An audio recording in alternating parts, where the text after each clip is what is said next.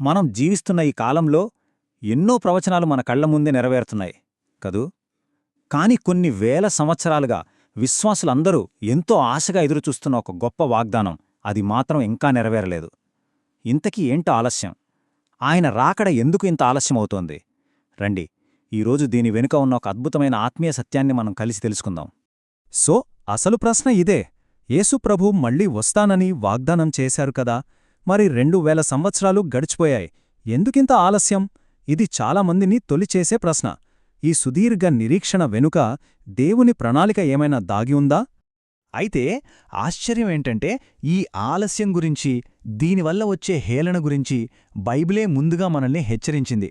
అంత్యదినాల్లో కొందరు వచ్చి, ఏమైంది, ఆయన వస్తానన్నాడు కదా, ఆ వాగ్దానం ఏమైపోయింది అని ఎగతాళి చేస్తారని లేఖనాలు స్పష్టంగా చెబుతున్నాయి. అంటే మనం చూస్తున్న ఈ ఆలస్యం కూడా దైవ ప్రణాళికలో భాగమేనన్నమాట. సరే, ముందుగా ఈ ఆలస్యానికి బైబిల్ నేరుగా ఏమి సమాధానమిస్తుందో చూద్దాం. ఈ నిరీక్షణ వెనుక దేవుని యొక్క ఓర్పు, ఆయన ఉద్దేశం ఎంత గొప్పవో మనం ఇప్పుడు అర్థం చేసుకుందాం.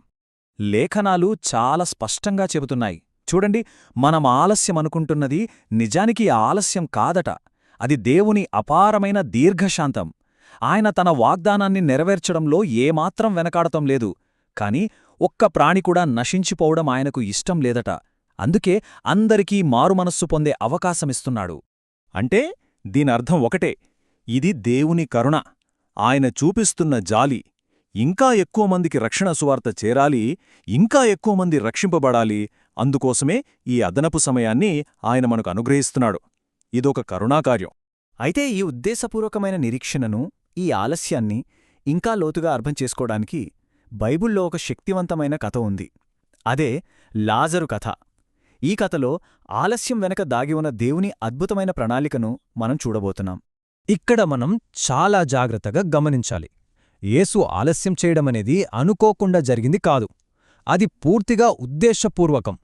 తన ప్రాణస్నేహితుడు లాజరు చావుబతుకుల్లో ఉన్నాడని తెలిసినా ఆయన వెంటనే బయల్దేరలేదు.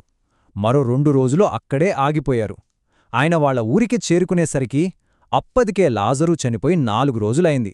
అంటే మానవపరమైన ఆశ పూర్తిగా చచ్చిపోయింది. చూసారా, మార్తా మరియల దృష్టిలో అది భరించలేని బాధాకరమైన ఆలస్యం. కాని దేవుని దృష్టిలో అది తన మహిమను అత్యద్భుతంగా విలుపరచడానికి సిద్ధం చేసిన ఒక వేదిక. అందుకే యేసు అన్నారు, చింతించకు, నీవు నమ్మితే చాలు, దేవుని మహిమను చూస్తావని. సరే, ఇప్పుడు ఈ కథలోనే అత్యంత కీలకమైన, చాలా ఆసక్తికరమైన ఒక చిన్న వివరంలోకి వెళ్దాం. ఆ సమాధికి అడ్డంగా పెట్టిన రాయిని వర్ణించడానికి వాడిన ఒక్క గ్రీకు పదం ఈ మొత్తం ఆలస్యం వెనుకొన్న ఆత్మీయ అర్థాన్ని మనకు వివరిస్తుంది. గమనించండి, ఇక్కడ వాడిన గ్రీకు పదం లిథోస్. పరిశుద్ధాత్మ గ్రంథములో ప్రతి పదాన్ని చాలా ఉద్దేశపూర్వకంగానే వాడిస్తాడు. మరి లిథోస్ అనే పదాన్ని ఎంచుకోవడం వెనక ఉన్న ప్రత్యేక కారణమేమై ఉంటుంది? ఎందుకంటే గ్రీకు భాషలో రాయికి వేర్వేరు పదాలున్నాయి. పెట్రా అంటే పెద్దబండ, పెట్రోస్ అంటే చిన్నరాయి. కాని ఇక్కడ కావాలనే లిథోస్ అనే పదాన్ని వాడారు. ఎందుకంటే దీనికి ఒక లోతైన ఆత్మీయ సంబంధం ఉంది. అదేంటో ఇప్పుడు చూద్దాం. ఇక్కడే అసలైన రహస్యం దాగి ఉంది. ఎంత అద్భుతమంటే, పాత నిబంధన ధర్మశాస్త్రాన్ని, అంటే 10 ఆజ్ఞలు చెక్కబడిన పలకలను వర్ణించడానికి కూడా బైబిల్ ఇదే లిథోస్ అనే పదాన్ని వాడింది. ఆ ధర్మశాస్త్ర పరిచర్యను మరణకరమైన పరిచర్య అని పిలిచింది. ఇప్పుడు ఈ పోలిక చూడండి, ఎంత స్పష్టంగా ఉందో. సమాధి దగ్గర ఉన్న భౌతికమైన రాయి లిథోస్. మన ఆత్మీయ జీవితంలో అడ్డుగా ఉండే ధర్మశాస్త్రమనే రాయి కూడా లిథోస్. ఒకటి మరణస్థలాన్ని మూసివేసింది, మరొకటి మరణకరమైన పరిచర్యగా పిలువబడింది. రెండూ దేవుని మహిమ మన జీవితాల్లోకి రాకుండా ఒక అడ్డుగోడలా నిలుస్తాయి. మరి ఈ శక్తివంతమైన పోలిక ద్వారా మనం నేర్చుకోవాల్సిన పాఠమేమిటి? ఆ రాయిని తొలగించడం ద్వారా దేవుని మహిమ ఎలా బయటకొస్తుందో, ఎలా ఆవిష్కరించబడుతుందో మనం ఇప్పుడు చూడబోతున్నాం. ఇక్కడ ఒక చాలా ముఖ్యమైన విషయముంది. యేసు తన వాక్కుతో ఆ రాయిని దొర్లించగలడు, కాని ఆయన అలా చెయ్యలేదు.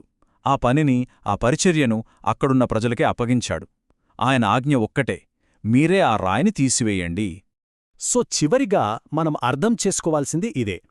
ఈరోజు మన జీవితాల్లో దేవుని మహిమను, ఆయన పునరుత్థాన శక్తిని చూడాలంటే మన ఆలోచనల నుండి, మన హృదయాల నుండి ధర్మశాస్త్రమనే ఆ రాయిని తీసివేయాలి.